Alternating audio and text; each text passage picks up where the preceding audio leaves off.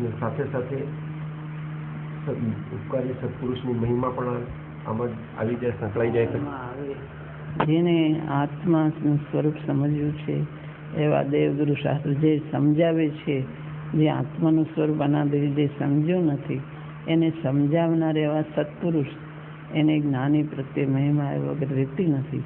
કારણ કે આત્માનું સ્વરૂપ જે સમજાવે એના ઉપર એને મહિમા આવે છે. કારણ અનાદિથી જે માર્ગ મળ્યો નથી એ જે સમજાવે એના ઉપર મહિમા આવ્યા વગર એને રહેતી જ નથી. આત્માનું સ્વરૂપ આવું છે, આ અનંત આનંદથી ભરેલો અપૂર્વ અનુપમ તત્વ છે. એ માર્ગ જેને બતાવે છે એવા ગુરુ ઉપર, દેવ ઉપર એને મહિમા આવ્યા વગર રહેતી જ નથી. કારણ કે અનાદિનો અજાણ્યો માર્ગ જે પોતાની જિજ્ઞાસા છે એ જિજ્ઞાસા છે એ માર્ગ ગુરુદેવ બતાવે અને એ ભૂમિકામાં પોતે ઊભો છે. એ ભૂમિકામાં કારણ કે અમુક જાતની ભક્તિની ભૂમિકામાં ઊભો હોય તેને મહિમા આવ્યા વગર રહેતી જ નથી. જ્યાં સુધી પોતે આત્માને જાણ્યું નથી એટલે જે જણાવે છે એના વગર ભક્તિ આવ્યા વગર રહી નહીં.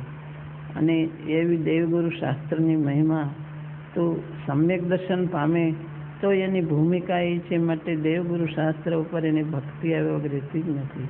સમ્યક કારણ કે વિતરાગ દશા ન થાય ત્યાં સુધી વચ્ચે રસસ રાગની ભૂમિકામાં ઊભો હોય તો એને આવ્યા વગર રહી જ નહીં. કંઈ એને કંઈ એની સાથે વિરુદ્ધતા નથી, વચ્ચે આવ્યા વગર રહેતું જ નથી. મુનિઓ હોય તો મુનિને વચ્ચે આવે છે. બધાને મુનિઓ શાસ્ત્ર લખે તો એ શરૂઆતમાં જીનેન્દ્ર ભગવાનને નમસ્કાર કરે છે, સિદ્ધ ભગવાનને નમસ્કાર કરે છે. મુનિઓને પણ એ અક્ષર આવ્યા વગર રહેતું નથી, તો વચ્ચે આવે જ છે. તો જિજ્ઞાસુ જે ભૂમિકા જે માર્ગ જાણ્યો નથી એને તો આવ્યા વગર રહી જ નહીં. કારણ કે એ તો એને પોતે કાંઈ સમજતું નથી. અને જે અનાદિનો માર્ગ એવો ગુરુદેવે બતાવ્યો તો એના ઉપર ભક્તિ આવ્યા વગર રહેતી જ નથી. કારણ કે અનાદિનો આવો અજાણ્યો માર્ગ કે જે પોતે કંઈ સમજતું નથી એવો માર્ગ જેને સમજાવ્યો એના ઉપર મહિમા એને આવ્યા જ કરે છે. પંચમકાળમાં ગુરુદેવ પધાર્યા અને આવો માર્ગ બતાવ્યો તો મહિમા આવ્યા વગર એને રહે નહીં. અને આત્માનું ધ્યેય એને સાથે હોય કે આવો આત્મા છે, એ આત્મા મને કેમ પ્રગટ થાય, એ પ્રગટ જેને પ્રગટ કરવાનું જે નિમિત્ત ગુરુદેવ એના ઉપર દેવગુરુ શાસ્ત્ર પર ભક્તિ આવ્યો લઈ નહીં. તો એને વિરુદ્ધતા નથી, એની સાથે વિરુદ્ધતા નથી. ભક્તિ સાથે કંઈ આત્માની જિજ્ઞાસાને વિરુદ્ધતા નથી, તો એને સંબંધ છે. એને વિરુદ્ધતા નથી. સમ્યક દર્શનની ભૂમિકામાં પણ એ હોય છે દેવગુરુ શાસ્ત્રની ભક્તિ એને, અને મુનિઓને પણ હોય છે. એની ભૂમિકા પ્રમાણે હોય. એને પૂજા આદિ કાર્ય ન હોય પણ એને ભક્તિ હોય છે. અને સમ્યક દર્શનની ભૂમિકામાં એને કંઈ વિરુદ્ધતા નથી કે એ રાગની ભૂમિકા છે અને આત્મા વિતરાગ છે એટલે એને એ આવે નહીં એવું નથી. એ વિતરાગ દશા પ્રગટ થાય ત્યારે એ છૂટી જાય છે.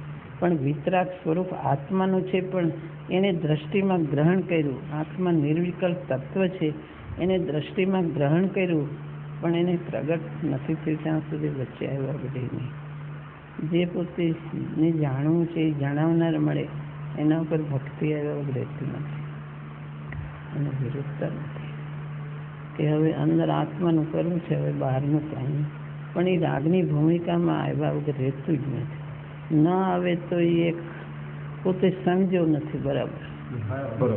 પોતે સમજ્યો નથી કે અંદર આત્માનું જ કરવું છે, બહારનું પણ એ બહારના વિકલ્પ એને આવ્યા વગર રહેતા.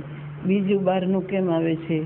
વિભાવની ભૂમિકામાં બીજા વિભાવના ભાવો એને અપ્રશસ્ત આવે છે તો પ્રશસ્તમાં એને પલટાયા વગર રહેતું નથી.